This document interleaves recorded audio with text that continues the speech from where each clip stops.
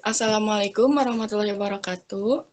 Sebelumnya, teman-teman yang udah gabung di Google Meet ini, perkenalkan nama saya Septiani Alpita Kusmawan selaku moderator dalam presentasi kali ini, dan teman-teman saya Anissa, Agnia, Nazla, dan Yenda. Dalam presentasi kali ini, saya akan mempresentasikan tentang strategi persaingan dalam berwirausaha, yaitu mata kuliah Innovation, Creativity, Entrepreneurship, dengan dosen pengampu Bapak R.P. Rahman, SEMAK. Materi yang pertama yaitu tentang marketing mix yang akan dijelaskan oleh Anissa Nurrahmawati.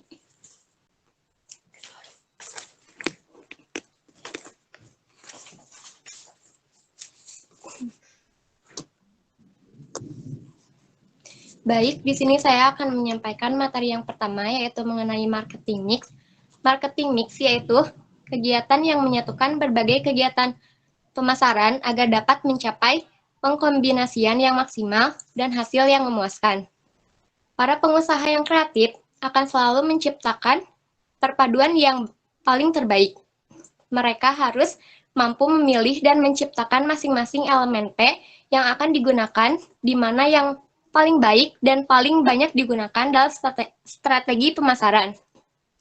Elemen yang tercantum dalam marketing mix 7P yang terdiri dari 4P tradisional dan 3P sebagai tambahan pemasaran lainnya.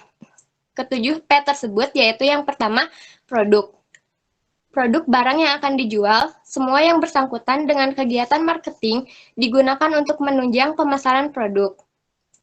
Satu hal yang perlu diingatkan oleh seorang pengusaha, yaitu sehebat apapun mempromosikan produk dan memberi harga yang terbaik, jika produk tersebut tidak bermutu, maka marketing mix ini tidak akan berhasil. P yang kedua yaitu price. Untuk menentukan harga mempengaruhi keberhasilan pemasaran produk. Dapat dilakukan dengan setiap tahapan lembaga, yaitu kebijakan harga yang ditentukan oleh produsen, grosir, dan Tyler. P yang ketiga yaitu place. Sebelum produsen menjual produk dagangannya tersebut, maka sudah ada sebelumnya tentang perencanaan pola distribusi yang nantinya akan dilakukan pada saat pemasaran produk. P yang keempat yaitu promotion.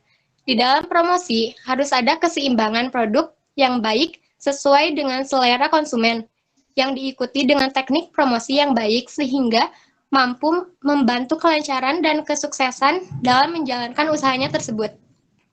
P yang kelima yaitu people. Orang yang melayani dalam perusahaan yang menjual jasa. Di dalam hal ini, karyawan harus diberi pengarahan yang betul-betul guna dalam melayani pelanggaran dengan sebaik-baiknya. P yang keenam yaitu physical evidence, bukti fisik yang dimiliki oleh sebuah perusahaan jasa. Contohnya yaitu ketika menjual jasa transportasi, pelanggan atau konsumen pastinya akan memperhatikan bagaimana bentuk atau keadaan kendaraan yang akan ditumpanginya. P yang ketujuh yaitu proses. Proses dilakukan sampai jasa yang diminta oleh konsumen diterima secara baik dan memuaskan. Jadi, for speed. Yang keempat yaitu positioning for super price. Yang kelima yaitu shifting the role of the game. Yang ketujuh yaitu signaling strategi intent. Yang ketujuh yaitu simultaneous and sequential strategi truth. Yang kedua yaitu ada dasar keunggulan bersaing. Yang pertama yaitu harga atau nilai. Mempertimbangkan menetapkan harga sangatlah penting. Untuk itu harus menciptakan suatu produk atau jasa dengan biaya yang rendah sehingga harganya tidak terlalu tinggi dengan produk dari pesaing, dan tentu saja ditambah dengan nilai lebih pada produknya akan membuat konsumennya menyukainya. Yang kedua yaitu menyenangkan konsumen. Tindakan yang dapat menyenangkan atau kepuasan pada konsumennya seperti memberikan kualitas produk atau jasa yang baik dan pelayanan yang memuaskan. Yang ketiga yaitu pengalaman konsumen. Selain memberikan harga yang terbaik dan memuaskan konsumen, Pengalaman konsumen juga perlu dipertimbangkan sebaik mungkin, karena pengalaman yang terbaik akan terus diingat dan lebih akan membantu dipromosikan secara tidak langsung oleh konsumen tersebut kepada orang lain pengalamannya. Yang keempat yaitu atribut produk yang dapat dicatat. Transparasi dari atribut yang dapat pada produk perlu juga dipertimbangkan, seperti pada kemasan ditulis kandungan gizi, komposisi dan ketenangan, dan lainnya agar tidak ada anggapan bahwa konsumen merasa ditipu. Dan yang terakhir yaitu keistimewaan layanan yang unik. Menciptakan layanan yang unik, istimewa, dan mengesankan dengan dibandingkan produk atau jasa dari pesaing lain, sehingga konsumen puas dan loyal dengan perusahaan kita. Seperti untuk pelangganan VIP memberikan pelayanan istimewa dan khusus.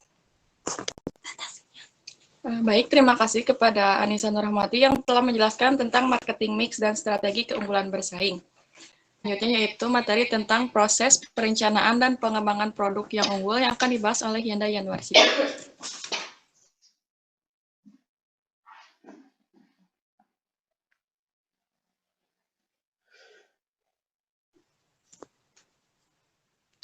Materi berikutnya yaitu proses perencanaan dan pengembangan produk yang unggul.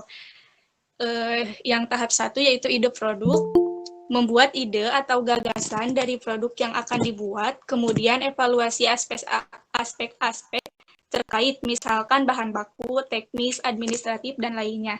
Jika evaluasi tersebut hasilnya bagus, maka dilanjutkan. Dan yang kedua ada konsep produk, yaitu mencocokkan ide produk tadi dengan kelayakan laboratoris. Jika setelah dievaluasi hasilnya layak, maka dilanjutkan pada tahap selanjutnya. Dan tahap ketiga yaitu pengembangan produk, yaitu produk awal mulai dibuat dengan jumlah tertentu, dijalankan dan diuji coba untuk diluncurkan. Kemudian evaluasi kembali, jika hasilnya baik maka diteruskan. Dan yang keempat yaitu tes produk di pasar. Tes produk mulai diluncurkan di pasar, kemudian evaluasi kembali, jika hasilnya baik maka semi komersial dapat dijalankan. Dan yang kelima yaitu komersialisasi produk. Peluncuran perdana atau pengenalan produk di pasar, pertumbuhan, kematangan, dan penurunan. Jika terjadi tahap penurunan pada produk tersebut, berarti kemungkinan produk ini akan mati atau sudah tidak laku dan tergantikan dengan yang lain.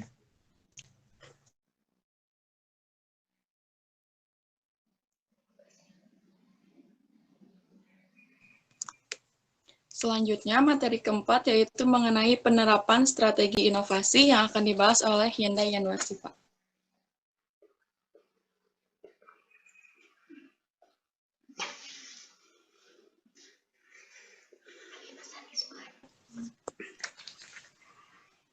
Baik, materi yang keempat atau selanjutnya, yaitu penerapan strategi inovasi. Yang pertama, strategi inovasi. Dalam pengembangan produk baru, suatu perusahaan melakukan perubahan strategik, dikarenakan inovasi dalam suatu produk sangat penting dalam peningkatan pemasarannya. Dan yang kedua, ada peluang produk baru, yaitu ada tidaknya peluang suatu produk baru ditentukan oleh pengalaman dan ekspektasi ketika menggunakan suatu produk. Setiap nilai produk yang dapat menentukan peluang haruslah dimanfaatkan sebaik mungkin oleh perusahaan untuk mengukur kemampuan dalam menghasilkan serta menyampaikan suatu nilai pelanggan. Dan yang ketiga yaitu inisiatif keberhasilan inovator, yaitu inovator yang telah berhasil dalam menjalankan tugasnya, yaitu inovator yang berinisiatif secara konsisten untuk melakukan inovasinya yang berdasar pada penelitian yang dilakukan. Dan yang terakhir yaitu pengembangan produk. Di dalam dunia usaha, pastinya akan selalu ada yang namanya persaingan. Strategik bersaing dalam berwirausaha juga harus dengan mengembangkan produk baru, agar produk yang dibuat dapat mempunyai ciri khas tersendiri dan menambahkan produk baru untuk menarik perhatian konsumen atau pelanggan. Saya kembalikan ke moderator.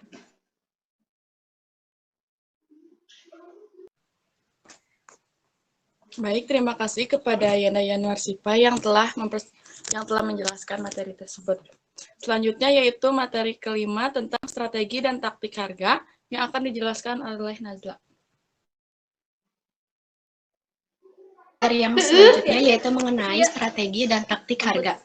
Yang pertama ada taktik dan strategi penerapan. Strategi penerapan harga yaitu kebijakan perusahaan dalam menetapkan harga jual produk mereka, dan terkadang beberapa perusahaan akan mempertimbangkan penetapan harga tersebut dengan mengikuti harga pasar atau mempertimbangkan untuk biaya produksinya.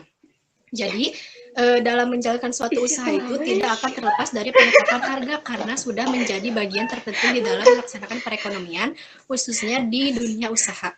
Penetapan harga juga sering dikaitkan dengan aktivitas promosi karena bertujuan untuk menarik konsumen agar tertarik untuk membelinya. Di sini ada pentingnya promosi di dalam usaha. Yang pertama, produk semakin dikenal, peningkatan penjualan, dan menunjukkan kualitas produk. Yang selanjutnya mengenai kreasi nilai dan struktur harga. Peran harga menurut persepsi pembeli adalah ada pada kualitas produk yang didasarkan pada model harga dan manfaat yang dirasakan. Kreasi nilai merupakan kewajiban bagi setiap perusahaan yang ingin unggul dalam persaingan usaha. Jika perusahaan tidak melakukan kreasi nilai, maka mereka akan kehilangan berbagai keuntungan, terutama kehilangan pelanggan, karena nilai yang diharapkan pelanggan lebih kecil dari nilai yang diterimanya. Lanjut mengenai kebijakan harga.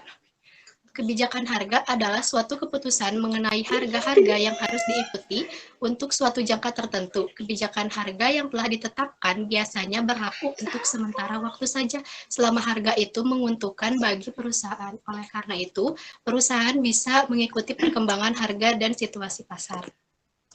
Lanjut ke tingkat harga dan optimalisasinya. Penetapan harga merupakan suatu keputusan yang harus dibuat dan dilaksanakan dalam penetapan harga. Seharusnya perlu mempertimbangkan untuk penyesuaian keadaan ekonomi karena dapat menjadi beban tambahan atas laba perusahaan. Di sini ada harga di tingkat distribusi. Saluran distribusi mengalami pertimbangan yang sangat pesat dalam di dunia usaha. Dengan adanya saluran distribusi, maka konsumen akan lebih mudah mendapatkan produk tanpa harus mengembangkan banyak sumber daya. Ada juga beberapa faktor penting yang harus dipertimbangkan oleh perusahaan yang akan melakukan penetapan harga. Yang pertama, ada biaya. Perusahaan itu akan menghasilkan keuntungan jika menetapkan harga jual lebih tinggi dari biaya produksi, karena semakin besar selisih harga jual dengan biaya, maka akan semakin tinggi keuntungan perusahaan. Yang kedua, ada pelanggan. Biasanya konsumen menginginkan produk yang lebih murah karena sesuai dengan anggaran mereka. Tetapi ada beberapa kasus harga yang lebih rendah justru membuat produk tidak menarik bagi beberapa konsumen. Yang ketiga, ada pesaing. Jika tujuan perusahaan untuk meningkatkan posisi pasar, maka perusahaan harus mengenakan harga yang lebih rendah daripada harga rata-rata pesaing. Harga yang lebih murah menarik lebih banyak konsumen, membuat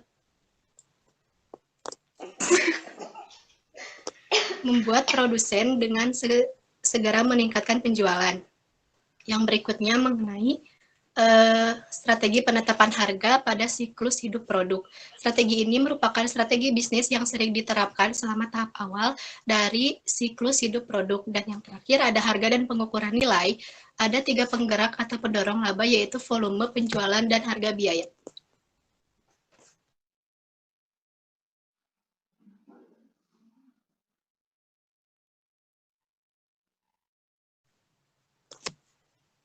Baik, terima kasih kepada Nazla yang telah menjelaskan tentang strategi dan taktik harga. Selanjutnya yaitu materi tentang strategi dan taktik penyaluran yang akan dibahas oleh Agnia.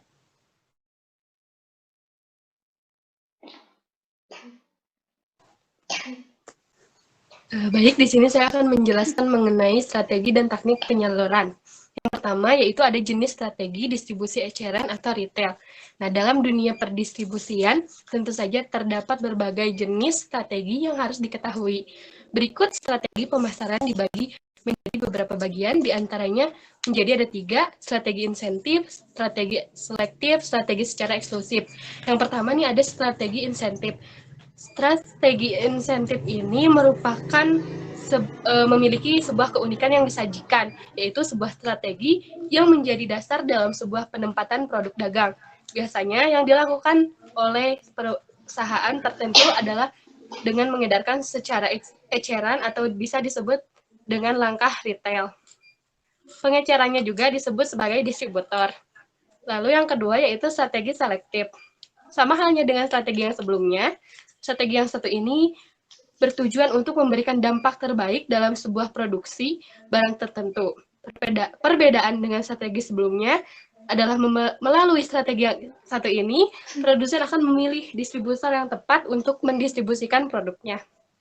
Lalu yang ketiga yaitu strategi secara eksklusif. Strategi secara eksklusif ini berbeda, yaitu memiliki perbedaan dengan yang sebelumnya, karena strategi yang satu ini lebih eksklusif dibandingkan dengan yang lainnya.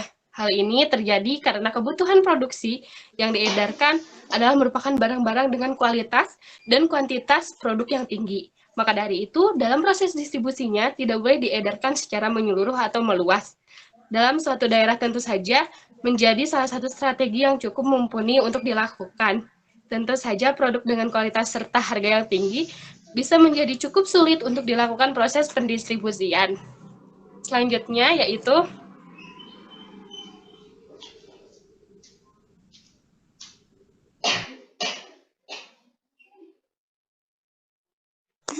selanjutnya itu ada jenis-jenis saluran distribusi. Yang pertama yaitu saluran distribusi barang konsumsi. Saluran distribusi barang konsumsi yang pertama itu produsen kepada konsumen, produsen kepada pengecer, lalu kepada konsumen. Lalu yang ketiga yaitu produsen kepada pedagang besar, lalu ke pengecer dan konsumen. Lalu yang keempat yaitu produsen kepada agen, lalu kepada pengecer dan kepada konsumen. Dan yang kelima yaitu produsen disalurkan kepada agen, disalurkan lagi kepada pedagang besar, disalurkan lagi kepada pengecer, dan berakhir di konsumen. Lalu jenis saluran distribusi yang kedua yaitu saluran distribusi barang industri. Yang pertama contohnya yaitu produsen disalurkan ke pemakai industri, lalu yang kedua produsen disalurkan kepada distributor industri, lalu disalurkan lagi ke pemakai industri, dan yang ketiga yaitu produsen disalurkan lagi kepada agen dan berakhir kepada pemakai industri, dan yang keempat yaitu produsen disalurkan kepada agen, disalurkan lagi kepada distributor industri, dan disalurkan lagi kepada pemakai industri. Lalu yang ketiga yaitu saluran distribusi jasa. Secara tradisional, kebanyakan jasa dijual langsung oleh produsen kepada konsumen atau pemakai industrial. Tenaga perantara tidak digunakan jika jasa-jasa tidak dapat dipisahkan dari penjual, atau jika jasa diciptakan dan dipasarkan seketika itu juga. Jenis saluran distribusi yang keempat yaitu distribusi dan bisnis. Dalam sebuah bisnis, tentu saja strategi distribusi sangat erat kaitannya. Baik, yang selanjutnya yaitu ada taktik penyaluran yang dibagi menjadi 4. Yang pertama, teknik strategi distribusi eceran. Lalu yang kedua adalah teknik strategi distribusi intensif. Lalu yang ketiga, teknik strategi distribusi selektif. Dan yang terakhir yaitu teknik strategi distribusi eksklusif.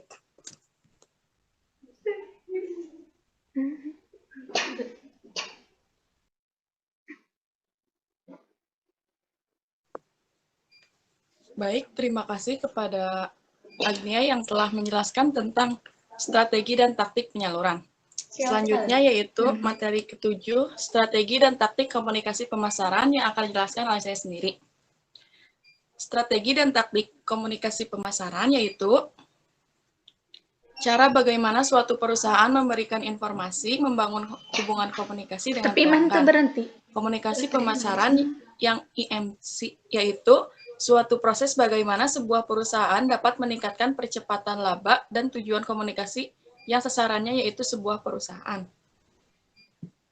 Ada lingkup strategi komunikasi pemasaran, yaitu objektif dari pendekatan terpadu pada komunikasi pemasaran, yaitu menjamin bagaimana strategi pemasaran dapat melekat satu sama lain dengan seluruh unsur bauran komunikasi. Adapun unsur program komunikasi pemasaran yaitu promosi penjualan, event dan expresses, public relation and publicity, direct dan interactive, word of mouth marketing, personal selling, dan personal selling. Dari semua unsur komunikasi pemasaran untuk membangun hak dan kepentingan pemilik perusahaan pada harta perusahaan. Selanjutnya ada pengembangan tahapan komunikasi pemasaran terpadu. Ada beberapa tahapan rangkaian model komunikasi pemasaran. Pemasaran dapat melakukan berbagai perencanaan komunikasi pemasaran yang lebih baik lagi. Beberapa model tanggapan konsumen yaitu tingkat kesadaran, tingkat pengaruh, dan tingkat kelakuan. Adapun langkah-langkah pengembangan komunikasi yang elektif. Pertama yaitu identifikasi target. Identifikasi target yaitu target seperti apa yang akan dituju. Yang kedua yaitu menentukan objektif. Menentukan objektif yaitu tentukan objektif dan tidaknya sebuah target. Yang ketiga yaitu ada merancang komunikasi. Merancang komunikasi itu seperti apa yang akan dilakukan. Yang keempat ada memilih saluran. Memilih saluran yaitu saluran dari berbagai aspek mana yang akan dipilih.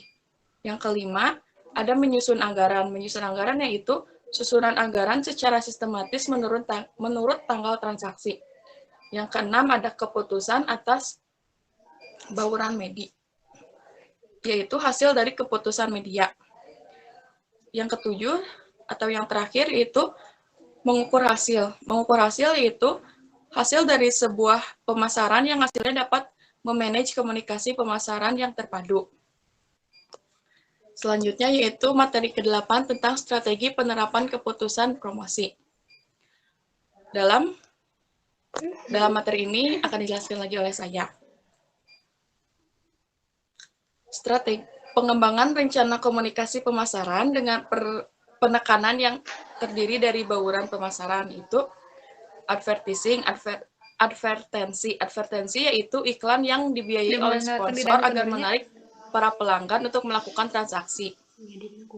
Selanjutnya ada promosi penjualan, yaitu mempromosikan produk agar dapat dikenal oleh banyak orang. Yang ketiga ada event and experience, yaitu kegiatan mengadakan iklan di media. Selanjutnya ada public relation and publicity, yaitu sebuah alat pemasaran yang berhubungan dengan masyarakat. Selanjutnya direct dan interaktif marketing, yaitu bagaimana cara sebuah perusahaan dapat berinteraksi langsung dengan pelanggan memperoleh respon. Yang selanjutnya word of mouth marketing, yaitu sistem pemasaran yang mengendalikan rekomendasi baik dari pelanggan. Dan terakhir yaitu ada personal selling, yaitu penjualan yang dilakukan tatap muka antara penjual dan pembeli dengan mendemonstrasikan pada pembeli produk yang akan dijual. Dari semua unsur program komunikasi pemasaran untuk kurang berarti tina opatek di ujian etana langsung nu ABCD. Dalam strategi penetapan keputusan promosi, yaitu terbagi juga menjadi 3, yaitu keputusan advertensi. Program keputusan penetapan advertensi berdasarkan tujuan sebuah perusahaan dan strateginya untuk sebuah perusahaan agar dapat memberikan informasi produknya di pasar sasaran. Tujuan advertisi yaitu SMART. Keputusan personal selling. Personal selling yaitu menggunakan metode tatap muka langsung antara penjual dan pembeli, atau dikatakan sebagai metode face to face. Selanjutnya yang terakhir yaitu keputusan public relation. Public relation ini sering menggunakan suatu artikel atau berita atau apapun yang dianggap sebagai media komersial. Selanjutnya yaitu materi tentang strategi tenaga penjual dan strategi pemasaran langsung yang akan dibahas oleh Agnia Ayu. Baik, selanjutnya yaitu materi ke-9, yaitu mengenai strategi tenaga penjual dan strategi pemasaran langsung. Kan kamar tadi dia. Yang terbagi menjadi 2. Yang pertama yaitu strategi pemanfaatan tenaga penjual. Strategi pemanfaatan tenaga penjual harus dapat meminimalisir jumlah tenaga penjual dan bagaimana caranya agar mereka dapat mencapai target penjualan. Faktor-faktor yang menjadi bahan pengambilan sebuah keputusan pada strategi ini yaitu terletak pada beban kerja dan tenaga penjual. Lalu yang kedua yaitu strategi pemasaran langsung. Strategi pemasaran langsung memiliki tujuan yaitu agar dapat terciptanya hubungan langsung antara perusahaan dengan pelanggan, pengguna akhir. Beberapa contoh perusahaan yang menggunakan strategi pemasaran langsung yaitu seperti televisi, radio, koran, dan majalah guna mencapai target penjualan.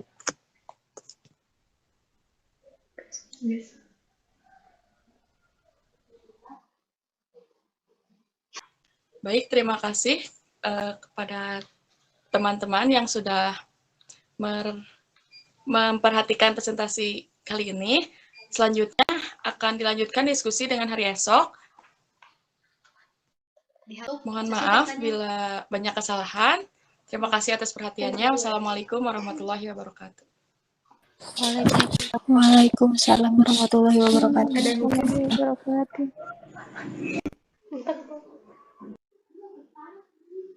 Tunggu makanya. Atau Bre.